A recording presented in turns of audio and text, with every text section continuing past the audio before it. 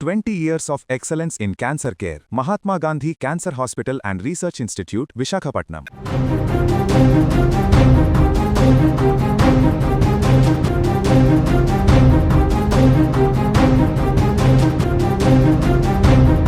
చిరుతపులులు jungles వదిలి concrete జంగిల్స్‌లోకి వస్తున్నాయి. అంటే అర్థమవ్వట్లేదా?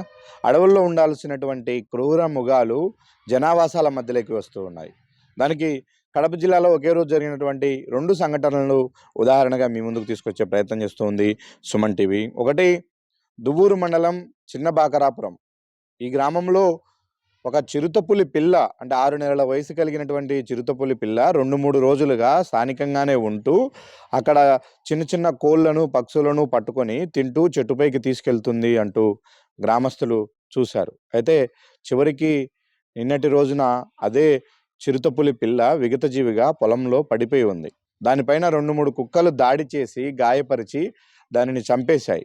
నిజానికి 2-3 రోజులుగా చూస్తున్నటువంటి గ్రామస్తులు అది జంగు పిల్లి అయి ఉంటుంది. పిల్లి వేటాడుతూ ఉంది కోళ్లను, కోడి పిల్లలను అని భావించారు. కానీ అది చనిపోయిన తర్వాత దాన్ని తదేకంగా చూస్తే అప్పుడు అది చిరుతపులి పిల్ల అని గ్రామస్తులకు అర్థమైంది. వెంటనే ఫారెస్ట్ అధికారులకు సమాచారము అందించారు. ఫారెస్ట్ అధికారులు వచ్చి చూసి అది చిరుతపులి పిల్లగానే దాన్ని నిర్ధారించారు. దాన్ని పోస్ట్‌మార్టం కూడా నిర్వహించిన తర్వాత ఆ కుక్కల దాడిలో అది చనిపోయినట్టుగా కూడా గుర్తించారు. ఎందుకంటే దాని మెడపైన బలమైన ఘాట్లు ఉన్నాయి. అలాగే పక్కటెముకలు విరిగిపోవడం కారణంగా చిరుతపులి పిల్ల చనిపోయింది. అయితే రెగ్యులర్‌గా జనాలు తిరిగేటువంటి పొలాల మధ్యలోకి వచ్చి 2-3 రోజులుగా చిరుతపులి పిల్ల అక్కడే ఉందంటే కారణం ఏంటి? అదొక్కటే అడవి నుంచి ఏ విధంగా పారిపోయి అక్కడికి వచ్చింది అన్నది ఇప్పుడు ఫారెస్ట్ అధికారులకు కూడా అంతు చిక్కడం లేదు. కానీ సమీపంలో ఉన్నటువంటి పంట పొలాల్లోకి చిరుతపులులు కూడా వస్తూ ఉన్నాయి సంచారానికి. దానికి తోడు వేసవి కాలం కావడంతో అడవిలో ఎక్కడ కూడా తాగడానికి నీటి సౌకర్యం సరిగ్గా లేని పక్షంలో అవన్నీ కూడా తాగునీటి కోసం కావచ్చు, అలాగే తిండి కోసము పంట పొలాల్లోకి వస్తూ ఉన్నాయి. అలా వచ్చిన ప్రయత్నంలోనే ఆ చిరుతపులి పిల్ల తప్పిపోయి ఉండవచ్చు. కాబట్టి అది 2 రోజులుగా అక్కడే ఉంది. దానిని వెతికే ప్రయత్నంలో మళ్ళీ ఏ క్షణమైనా చిరుతపులి ఆ గ్రామాల్లోకి రావచ్చు అన్న ఒక భయాందోళన కూడా ఇప్పుడు ఆ గ్రామస్తుల్లో కనిపిస్తూ ఉంది.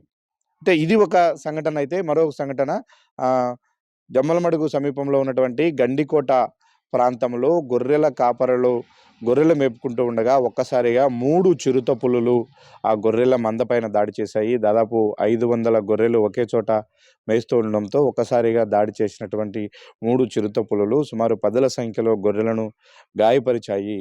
ఆ చిరుతపులుల దాడిలో మరికొన్ని గొర్రెలు ఎటు పడితే అటు పరిగెత్తడంతో ఆ రాళ్ల మధ్యలో పడి కాళ్ళు విరిగిపోయినటువంటి సంఘటన కూడా కనిపిస్తుంది. దాన్ని గుర్తించినటువంటి గొర్రెల కాపరులు వెంటనే వచ్చి గ్రామస్తులకు చెప్పడంతో అటు నుంచి ఫారెస్ట్ అధికారులకు సమాచారం అందింది. చివరికెళ్ళి సంఘటనా స్థలంలో పరిశీలిస్తే ఖచ్చితంగా దాడి చేసింది చిరుతపులులే. అది కూడా ఒకటి కాదు 3 గుంపుగా తిరుగుతున్నాయి అన్న ఒక నిర్ధారణకు వచ్చారు.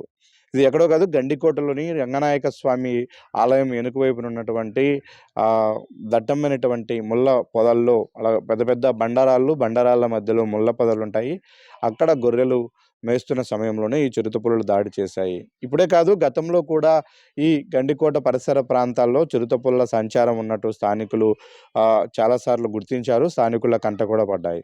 ఇప్పుడు ఈ 2 సంఘటనలు తీవ్ర భయాందోళన కలిగిస్తున్నాయి. ఒకటి దువ్వూరు మండలము లో జరిగినటువంటి సంఘటనతో ఆ చుట్టుపక్కల పంట పొలాల్లోకి వెళ్ళే రైతులందరూ కూడా బిక్కుబిక్కుమంటూ బతకాల్సిన పరిస్థితి ఉంది. ఎందుకంటే ఏ తల్లైనా తన పిల్లను అంటే అప్పటికి కూడా పాలు కూడా మరిచిపోయి ఉండదు. 6 నెలల చిరుత పులి పిల్ల పిల్లను పోగొట్టుకున్నటువంటి చిరుతపులి తల్లి ఏది కూడా ఊరకుండదు. ఖచ్చితంగా దాని వాసన పసిగట్టి తిరిగి తనను చేరుకునే ప్రయత్నం చేస్తది. ఆ ప్రయత్నం విఫలం కావడం వల్లే 2 రోజులుగా చిరుతపులి పిల్ల అక్కడే ఉన్నది.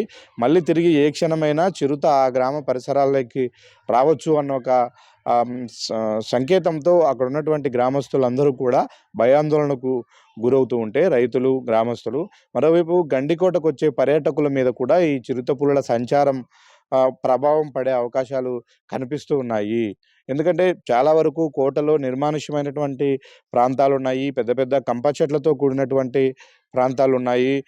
ఒకరిద్దరు టూరిస్టులు కూడా కలిసి అక్కడికి వెళ్ళి తిరిగి అక్కడున్నటువంటి కోట పరిసరాలను చూసే సందర్భాలు అనేకం ఉన్నాయి.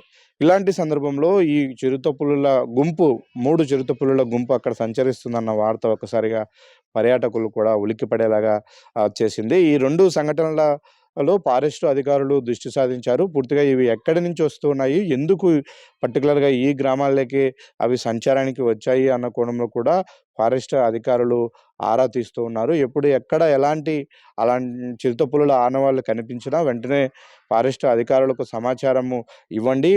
వాటి పట్ల ఎలా పడితే అలా ప్రవర్తించవద్దు. అవి మరింతగా చిర్రెత్తుకొచ్చి విచక్షణారహితంగా ప్రజలపైన, జంతువులపైన దాడి చేసే అవకాశం ఉంటుంది అని ఒకవైపు జాగ్రత్తలు గ్రామస్తులకు తెలియజేసే ప్రయత్నం ఫారెస్టు అధికారులు చేస్తూ ఉన్నప్పటికీ ఈ 2 సంఘటనలతో ఒకసారిగా కడప జిల్లాలో ఈ 2 ప్రాంతాల్లో కూడా ఒక భయానక వాతావరణం అయితే నెలకొని ఉంది.